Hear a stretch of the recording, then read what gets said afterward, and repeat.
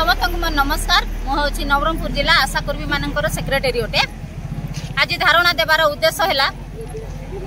doctor Sagarika स्वाई को गिरफ्त करने सस्पेंड करने निमंते कारण से आमर आशा दीदी जन को गर्भ समय प्रसव समय अवहेलित ट्रीटमेंट कले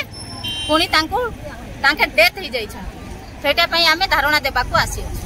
पूर्व 2-3 थर आम सीडीएम ऑफिस घेराव कलु रास्तार आंदोलन कलु तथापि आमर दाबी सरकार शुणिले ना तेणु आम अनिर्दिष्ट काल आज धारणा देवा निमंते निष्पत्ति नेबाक आसी अच्छु जिला ऑफिस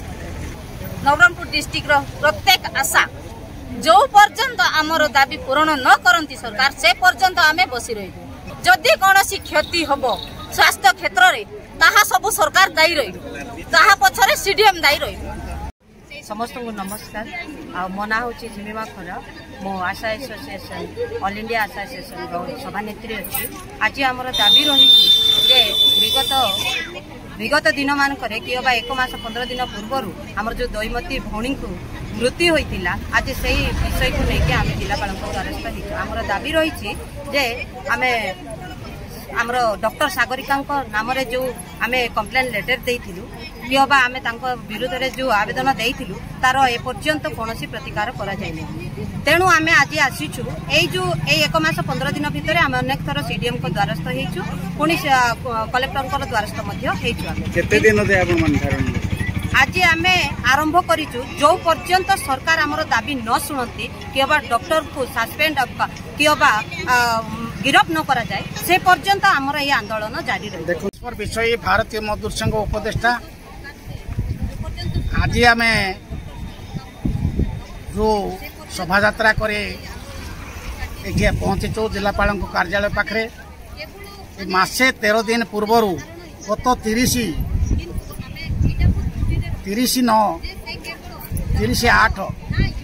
30/8 आमर माने आशाकर्मी अमरकोट ब्लॉक रो आशाकर्मी अमरकोट स्वास्थ्य केन्द्र डेलीवरी होगापाई से जो पेन होती से डेलीवरी होगापाई जाइए एवं प्रसूति माने हो पारिला नहीं से डॉक्टर सागरिका स्वाई पुणी शेष रे पाखापाखि तो 2 घंटा अपेक्षा करी जिते बड़े हो पारला नहीं पुणी सिलासिली करके आम शुणा खबर माने जोटा आशाकर्मी कहते तो से स्वास्थ्य केन्द्र नवरंगपुर को रेफर कर आसला बेलू डाबुगाँ पाखे मृत्यु होता छुआ एवं आशाकर्मी 2 जनकर मृत्यु घटी तापर 1 तारिख दिन आम जाकरी शव को रखिक आंदोलन करूँ म्युनिसिपालिटी निर्वाही अधिकारी आसी आमको मेडिसिनाल तहसीलदार आसी आमको प्रतिश्रुति देले लिखित आकार देइचंती एवं सही लिखित आकार देइचंती 8 तारिख सुधा आम एक्शन नेबू गिरफ्त करूँ कार्यानुष्ठान ग्रहण करूँ एवं जार जोटा क्षतिपूरण आम मागिलु से आम सरकार सहित कथबार्ता कर आम चेष्टा करूँ तारीख ना 10 तारीख पर्यंत कौन ये है ना 12 तारीख दिन आम सीडीएम ऑफिस को घेराव करूँ मझे आम 3 तारीख दिन जिलापाल जरिया आम मुख्यमंत्री एवं स्वास्थ्य मंत्री को ए बाबद आम दाबीपत्र देइथिलु तापर भी किसी है ना आम 12 तारीख दिन सीडीएम ऑफिस को घेराव कलु एवं सीडीएम को आम 5 दफा दायित्व देइथिलु से उपजिलापाल आमको आसीते से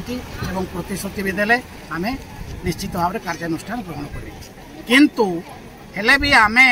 मौखिक भाव से कही जे आम दशहरा अच्छी 2 तारीख एवं 5 तारीख पर्यंत आम समय दौचु 5 तारीख भितर जदि कौन कार्यानुष्ठान ग्रहण करा